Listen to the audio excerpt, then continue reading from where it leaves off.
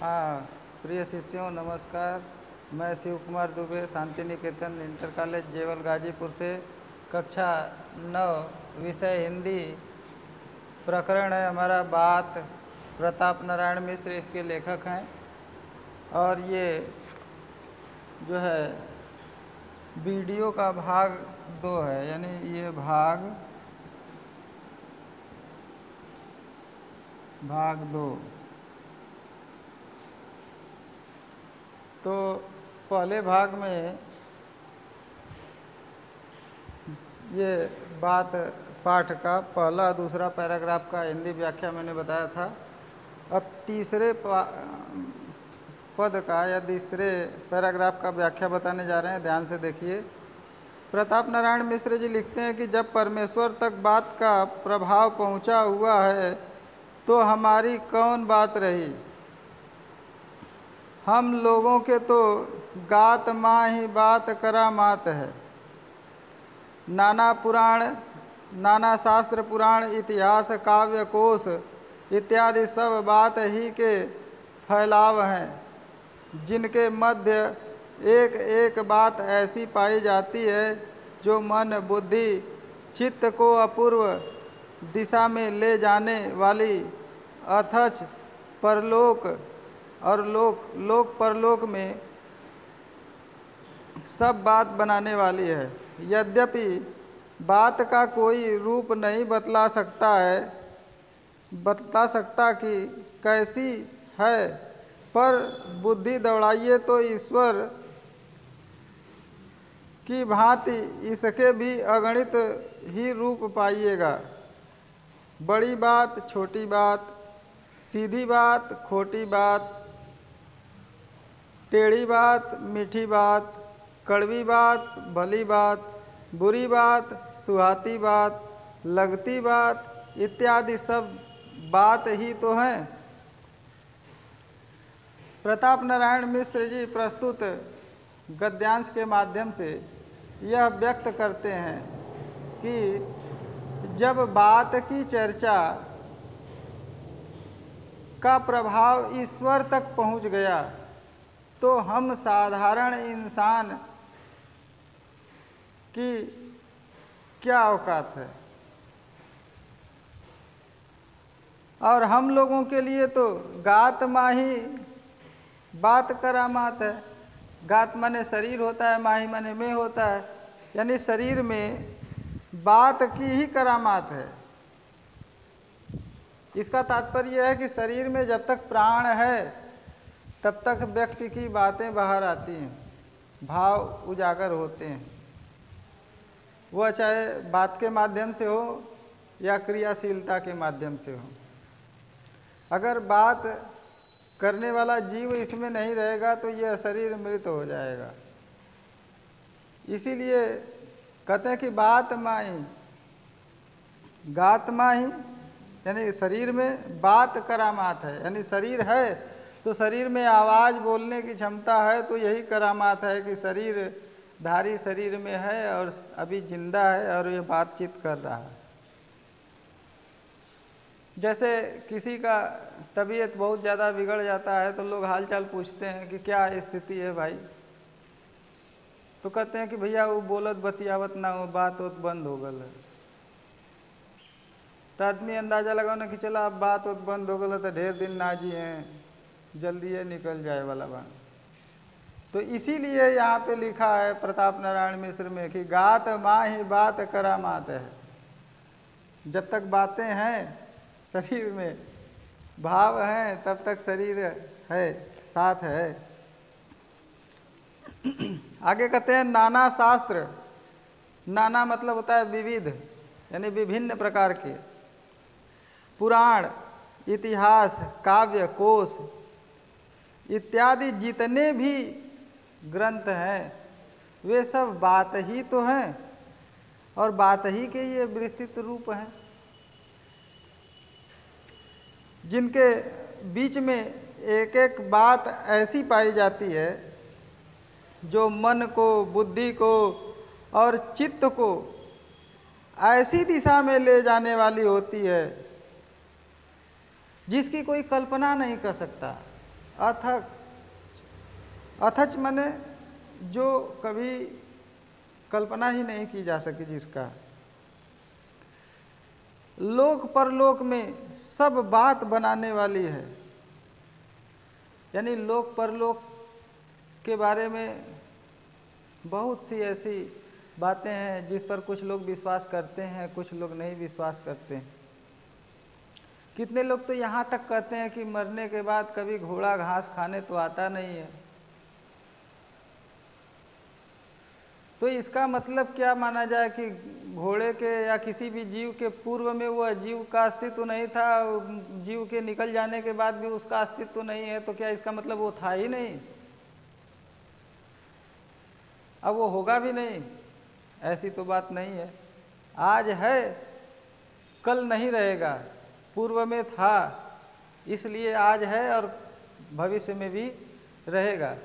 इसीलिए तुलसीदास जी ने बड़ा सुंदर लिखा है कि ईश्वर अंश जीव अविनाशी। ईश्वर साक्षात तो नहीं है, लेकिन ईश्वर का अंश है ये जीव, अविनाशी है। शरीर तीन प्रकार के होते हैं, एक कारण शरीर होता है और एक सूक्ष्म शरीर होता है और एक स्थूल शरीर होता है। स्थूल शरीर अर्थात हाथ पैर मुंह नाक इत्यादि जो शरीर है हाड़ मांस का बना हुआ, उसको स्थूल शरीर कहते हैं, जिसको हम लोग देख सकते हैं, छू सकते हैं, महसूस कर सकते हैं।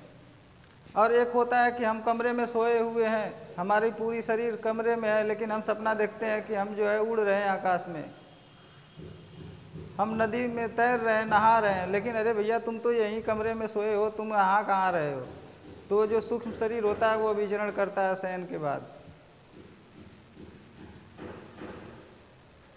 और एक कारण शरीर होता है जिसके निकल जाने के बाद व्यक्ति मृत प्राय हो जाता है, मर जाता है।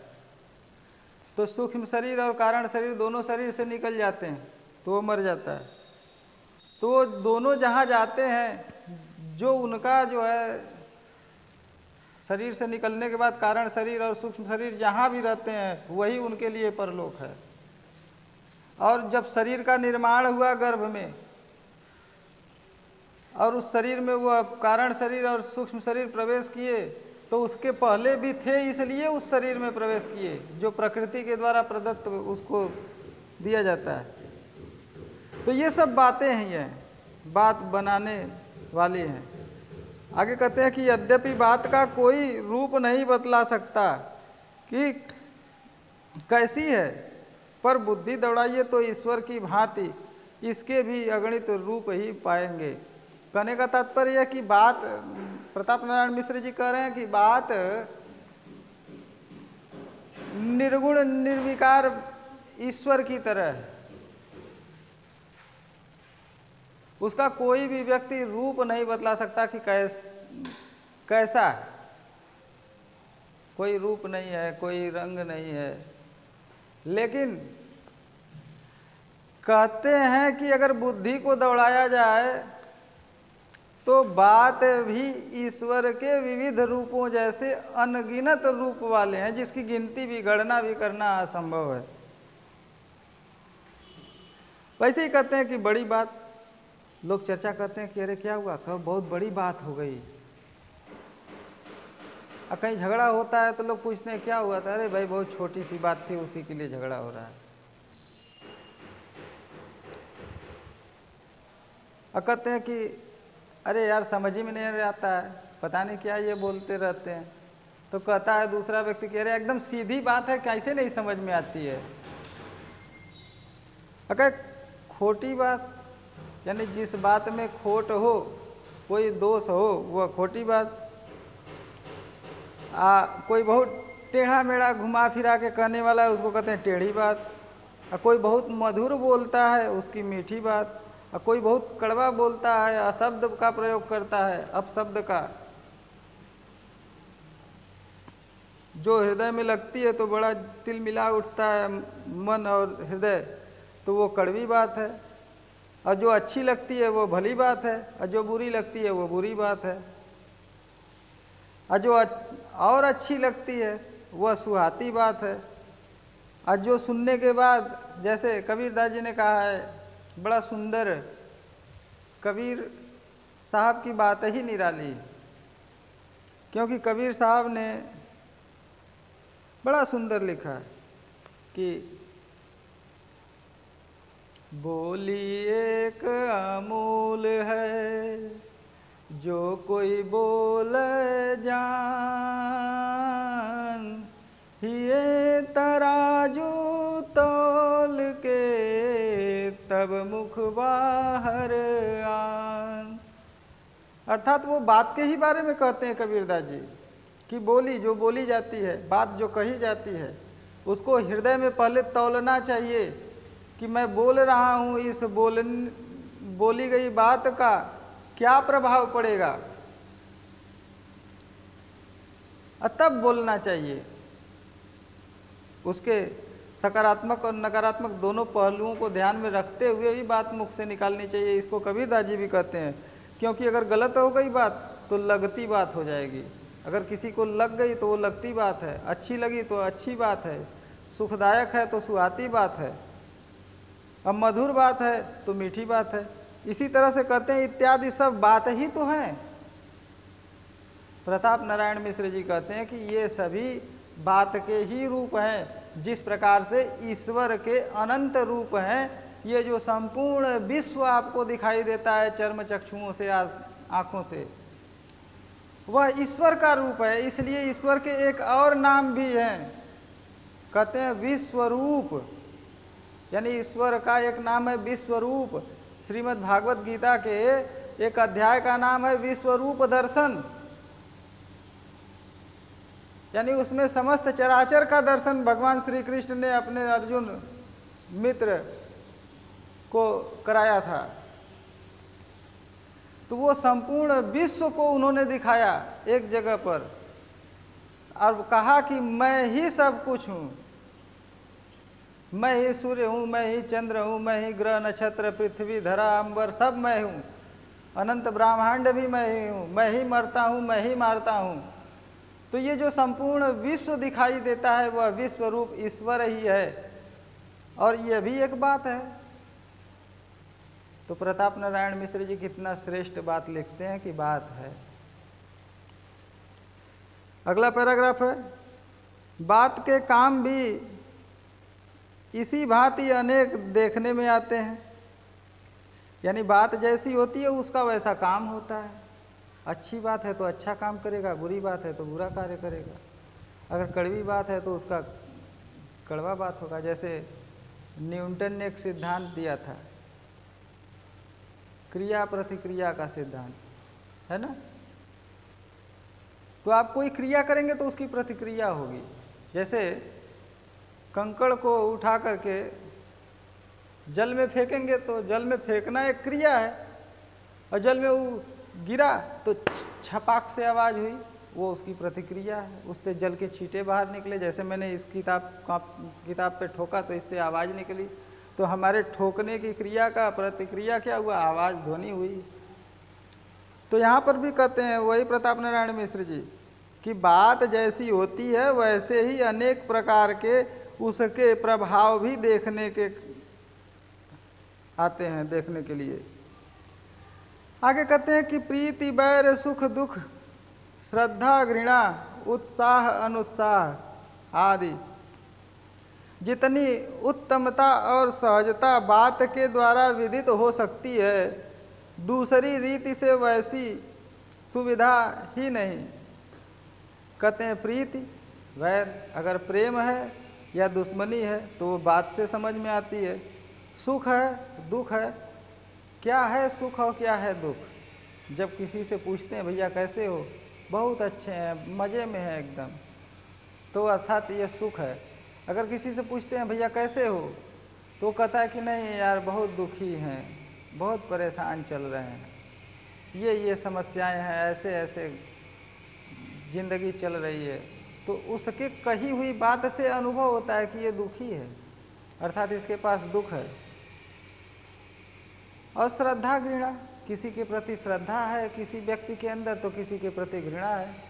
जिसके प्रति श्रद्धा है वो उसके लिए पूजनीय है, जिसके प्रति घृणा है वो उसके लिए त्याज्य है, यानी त्यागने योग्य है।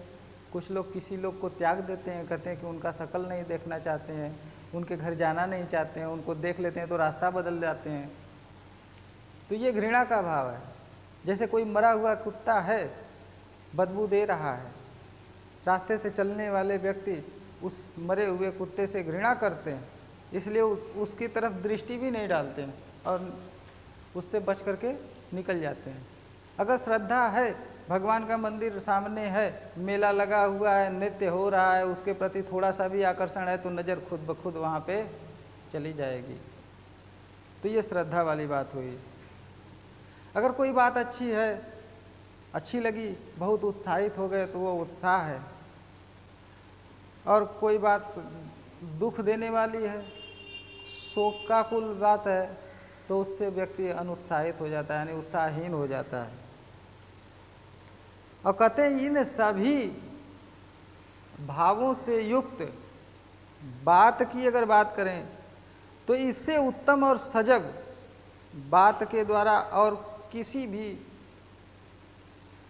क्रिया द्वारा इसको सिद्ध नहीं किया जा सकता या इसको प्रदर्शित नहीं किया जा सकता। और कोई दूसरा रिवाज है ही नहीं इस भावों को प्रदर्शित करने के लिए। प्रेम वाले भाव को, घृणा वाले भाव को, सुख वाले भाव को, दुख वाले भाव को, दुश्मनी वाले भाव को, श्रद्धा वाले भाव को, इन सभी भावों को प्रदर्शित करने के लिए बात के अलावा और कोई रास्ता ही नहीं है। आगे कहते हैं घर बैठे लाखों कोस का समाचार मुख और लेखनी से निर्गत बात ही बतला सकती है। जैसे घर पे बैठे हुए व्यक्ति दिल्ली में क्या हो रहा है, महाराष्ट्र में क्या हो रहा है, न्यूजीलैंड में क्या हो रहा है, अमेरिका में क्या हो रहा है, तो ये बात के माध्यम से ही हम लोग समाचार के माध्यम से पढ़ते हैं अथवा सुनते हैं। अगर बात है तो उसको कलम से लिखते हैं, अगर कलम से लिखी हुई बात है किसी को बतानी है तो मुख से बताते हैं। ये जो हम लोग घर पे बैठ के टेलीविज़न इत्यादि देखते हैं वो बात से ही बतलाया जा सकता है। कहते हैं डाक खाने अथवा तार के सहारे से बात की बात में चाहे जहाँ की जो बात हो जान सकते हैं। कहते हैं डाक खाने से अथवा तार घर के सहारे। पहले डाक खाने से चिट्ठियाँ आती थी, चिट्ठियाँ जाती थी, 15 दिन का समय लगता था, लेकिन वाह रे ज़माना, वाह रे इंसान कि वह पूरे संसार को मुट्ठी में कर लिया। जब चाहो नंबर टनाटन मिलाओ, हेलो फलाने कैसे हो, ये है, ये उन्नत ज़माने का जो है बात करने का तरीका है, नया साधन है। लेकिन प्रताप नारायण मिश्र जी कहते हैं कि उस समय जिस समय ये निबंध लिखे थे, कहते हैं कि डाकघर और अथवा तार के सहारे ही लोग बात की बात में चाहे वो जहाँ कोई भी हो उस बात को जान सकते थे। कोई बहुत परदेश था, वहाँ का एड्रेस होता था, एक छोटा सा फार्म आता था, उस पर लिख देते थे कि माँ का तबीयत खराब है, जल्दी घर आ जाओ, बस इतने, और उसको भेज देते थे। वो सड़ाक दे जाता था और 2-3 दिन में उनको मिल जाता था। वो केवल उतने यानी संक्षेप में बात जान जाते थे कि मेरी आवश्यकता है, मुझे जाना है, तो वो चले आते थे।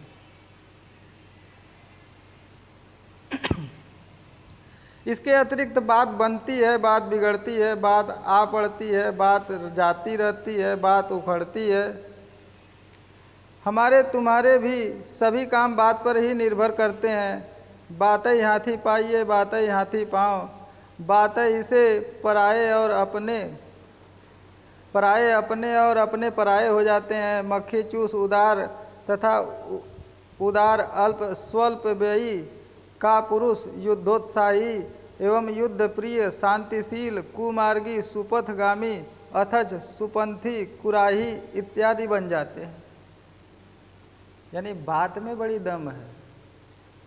अगर बात में दम नहीं होती तो इस ढंग की बात नहीं होती। बात में इतनी दम है कि व्यक्ति का जीवन तक बदल देता है। जो बुरे रास्ते पर चलने वाला है उसको अच्छे रास्ते पर ला करके खड़ा कर देता है। जो मोह माया में फंसा हुआ है उसको सदमार्ग पर लगा देता है। उदाहरण के तौर पे अपने तुलसीदास जी को ले लिया जाए, जो रामचरितमानस को लिखे। अपने स्त्री से बड़ा प्रेम करते थे, इतना प्रेम करते थे कि क्षण भर भी उसका वियोग वो सह नहीं पाते थे। एक दिन की बात है कि उनकी स्त्री रत्नावली अपने भाई के साथ मायके चली गई। वो बेचारे व्याकुल, भादों का महीना था, यमुना जी टनाटन भरी हुई थी एकदम। खोजते खोजते किसी ने बता दिया कि आपकी पत्नी तो गई। पूछे कहाँ गई, तो कही अपने मायके गई। उसी रात को लबे लब भरे हुए जो है नदी में कूद गए और तैरते हुए बहुत ज़्यादा दूरी तय करना था, थक गए। तो एक शव बहता हुआ जा रहा था, लाश, उसको पकड़ करके उस पार हुए, घर पे गए। रत्नावली ने देखा उनको रात को, आधी रात को आधी पानी में पहुंच गए थे। बड़ा प्रेम था। तो उन्होंने कहा कि अस्थि चर्म में देहमम तामे, ऐसी प्रीति ऐसी जो श्री राम में होत न भव है प्रीत। रत्नावली ने उनको तिरस्कृत किया।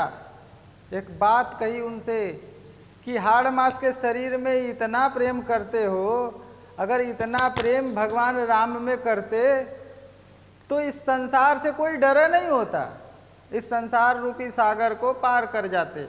इतनी बात, वही बात की बात है, इतनी बात तुलसी को लगी है, तुलसी तुलसीदास हो गए। बहुत से उदाहरण हैं, कालिदास का उदाहरण है, तुलसीदास का उदाहरण है, हिटलर का उदाहरण है जो जर्मनी का तानाशाह था। कहते हैं कि अरे वाह, इसके अतिरिक्त बात कैसी बात होती है, बात बनती है, बात बिगड़ जाती है, बात आ जाती है, बात जाती रहती है, बात उखड़ जाती है। हमारे और आपके सभी के काम जो है बात से ही निर्भर करते हैं। किसी ने बड़ा सुंदर लिखा है कि बात है हाथी पाइए, बात है हाथी पाँव। अच्छी बात करेंगे तो हाथी पुरस्कार में मिल जाएगा, अगर बुरी बात करेंगे लग जाएगी। तो अगर संपन्न है, सर्व सामर्थ्यवान है, तो वो कह देगा कि उठा के फेंक दो हाथी पे पैर के नीचे, हाथी से कुचलवा दो इसको। तो उसकी बात ने ही उसको हाथी पुरस्कार दिलवाया, उसी की बात ने उसको हाथी के पाँव के नीचे दबवा डाला। तो बात बड़ी जानदार होती है, दमदार होती है। आगे कहते हैं कि बात ऐसी होती है कि अपने पराये हो जाते हैं और पराये अपने हो जाते हैं। कहते हैं मक्खी चूस, मक्खी चूस करने का मतलब निहायत कंजूस, कृपण, बहुत उदार हृदय वाला हो जाता है। जैसे कहना तो नहीं चाहिए, लेकिन प्रसंग आ गया तो कह दें कि मित्र मंडली में बैठे हुए कुछ लोगों के बीच में एक आध मित्र ऐसे होते हैं जो पैसा नहीं खर्चा करना चाहते हैं। तो उनके जो सहयोगी मित्र होते हैं उनको चढ़ाते हैं कि अरे यार ये क्या कर रहे हैं, आपके लिए पैसा कोई मायने रखता है, इंसान मायने रखता है, हम लोग आपके हैं। और वो जो है उसको साला फुसला करके जो है उससे जो 1 रुपये 2 रुपये नहीं खर्चा करना चाहता है उससे 100-150 रुपये खर्चा करा लेते हैं। ये भी तो बात है। तो ही कहते हैं प्रताप नारायण मिश्र की जो कंजूस है, मक्खी चूस है, वह भी उदार हो जाता है। और जो उदार स्वभाव का है वो अत्यंत अल्प व्ययी कम खर्चीला हो जाता है। और जो कापुरुष है, जो कायर पुरुष है, वह युद्ध में लड़ने वाले योद्धा हो जाते हैं। और जो योद्धा हैं वह शांतिशील हो जाते हैं, शांति प्रिय हो जाते हैं।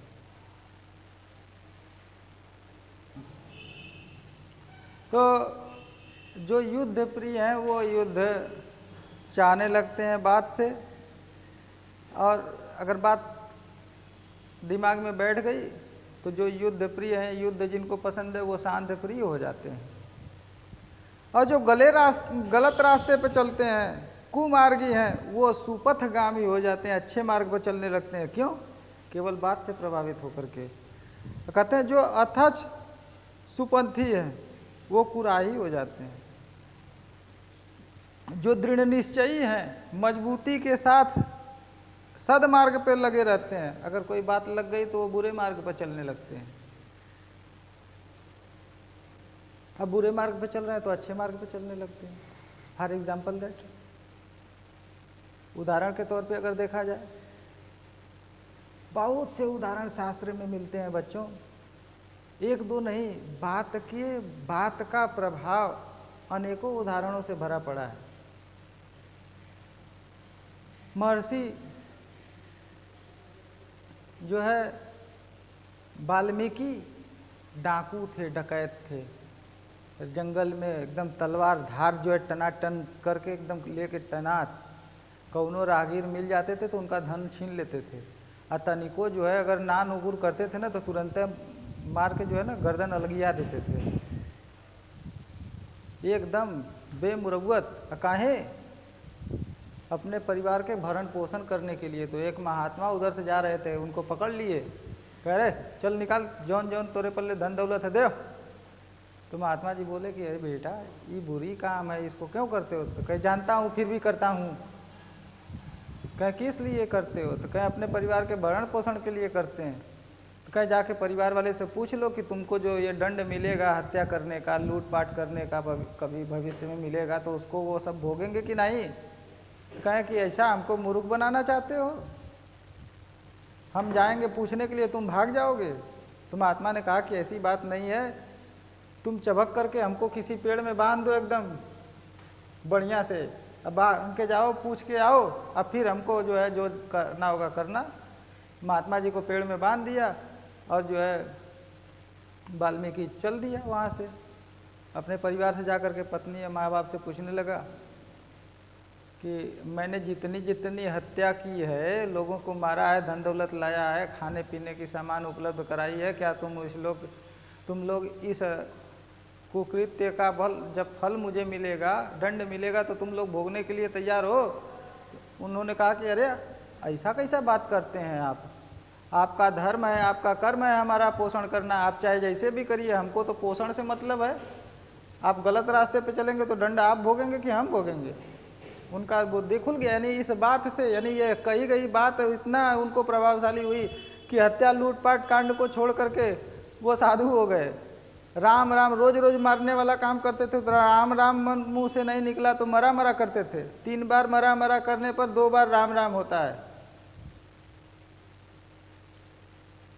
तो कहें उल्टा नाम, बहुत बढ़िया लिखा है शास्त्रों में कि उल्टा नाम जपत जब जाना, वाल्मीकि वै ब्रह्म समाना। वाल्मीकि जी स्वयं पर ब्रह्म के समान हो गए।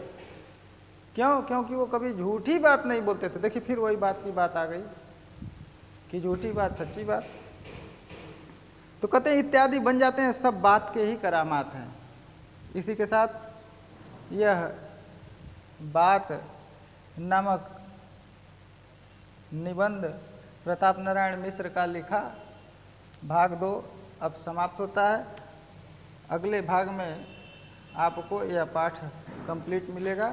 तब तक के लिए धन्यवाद।